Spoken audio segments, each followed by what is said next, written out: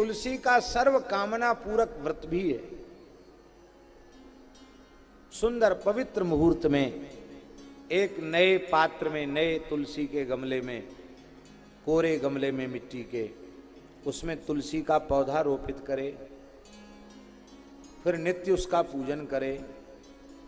जब उसमें मंजरी का, प्रथम मंजरी का दर्शन हो तो उत्सव मनावे और फिर 10 दिन का व्रत करे।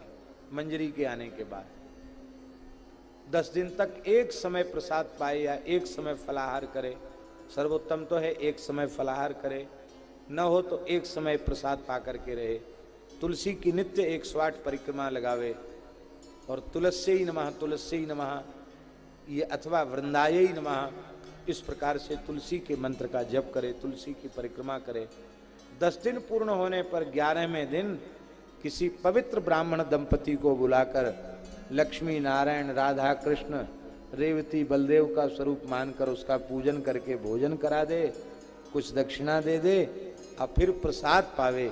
ये तुलसी का व्रत है 10 दिन का, संपूर्ण कामनाओं को पूर्ण करने वाला व्रत।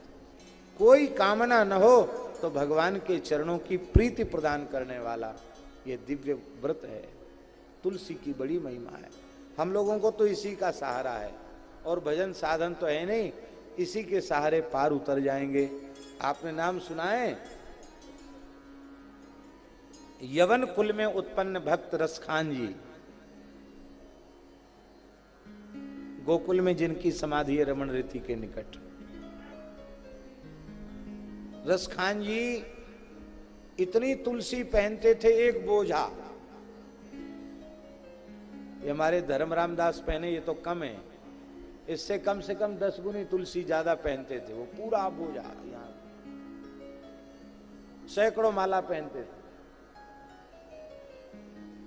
तो जब संतों के बीच में पधारे तो संतों ने उनसे पूछा कि हम लोग कोई एक दाना पहन लेते हैं, कोई जुगल कंठी, कोई 3 लड़की, कोई 5 लड़की, कोई 6 लड़की, आपने इतना बोझा भर तुलसी धारण कर रखी है, क्यों? तो रसखान जी ने उत्तर दिया कि आप लोग तो सब पवित्र कुल में पैदा हुए, बचपन से ही भजन में लगे, तो थोड़ी सी तुलसी से भी आपका कल्याण हो जाएगा।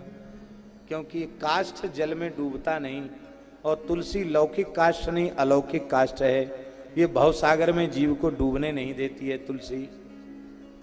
तो आप लोग तो एक दाना और जुगल कंठी से पार हो जाओगे, पर हमने तो म्लेच्छ के कुल में जन्म लिया, न जाने कितने पाप किए हैं, कितने जीवों की हिंसा की, होश तो बहुत पीछे आया।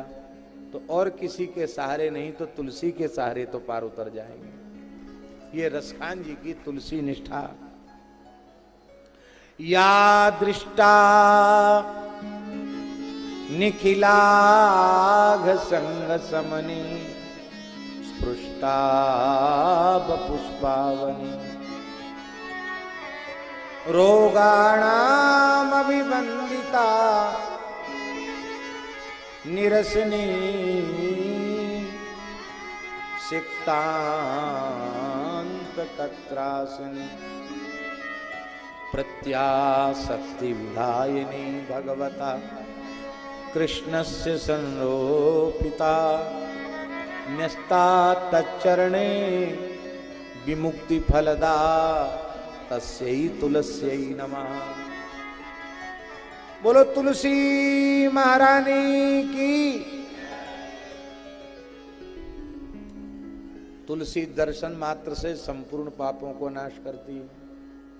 स्पृष्टा बपुष्पावनी, स्पर्श से शरीर को पवित्र करती है।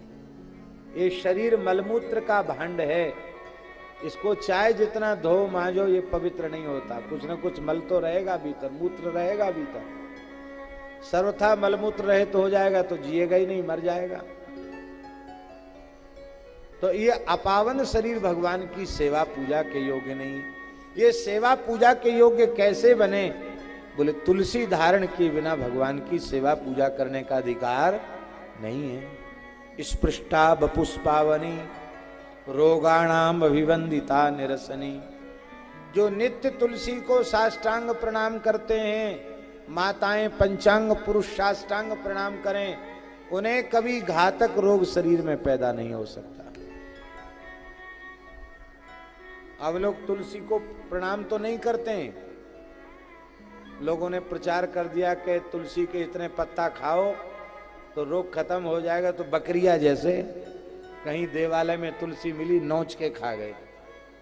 और रविवार है कि मंगलवार है कि अमावस्या है कि पूर्णिमा है, कोई विचार नहीं। भैया ऐसा करने से बहुत पाप लगेगा। तुलसी हमारे उपयोग के लिए नहीं है, तुलसी ठाकुर जी की वस्तु है, ठाकुर जी के उपयोग के लिए है। ठाकुर जी को धराओ, उनके निर्माल्य के रूप में उनका प्रसाद ठाकुर जी पर चढ़ी हुई तुलसी आप औषधि के रूप में ग्रहण करो, अच्छी बात है। पर तुलसी को सीधे किसी मनुष्य के व्यवहार में ले लेना, यह एक तुलसी के प्रति किया गया अपराध। रोगाणाम अभिवंदिता नरसनी सिक्तांत कत्रासनी, तुलसी में नित्य जल चढ़ावे तो यमराज डरने लग जाते, बोले अब नहीं आएगा ये, रोज तुलसी जी में जल चढ़ाता, अब तो इसका कल्याण होगा ही निश्चित। और जो तुलसी जी को रोपित करता है, तुलसी का पौधा लगाता है, मानो उसने अपने हृदय रूपी बगीचे में कृष्ण भक्ति के पौधे को लगा लिया है, भक्ति रूपी पौधे को विराजमान। तुलसी का पौधा लगाने का बड़ा पुण्य है। जो भगवान के चरणों में नित्य तुलसी समर्पित करता है, भगवान उसे संसार चक्र से मुक्ति दे देते हैं। प्रत्यासत्ति विधायिनी भगवत कृष्ण से संरोपिता न्यस्तात तच्चरणे विमुक्ति फलदा तस्यै तुलस्यै नमः। ऐसी तुलसी के चरणों में नमस्कार है।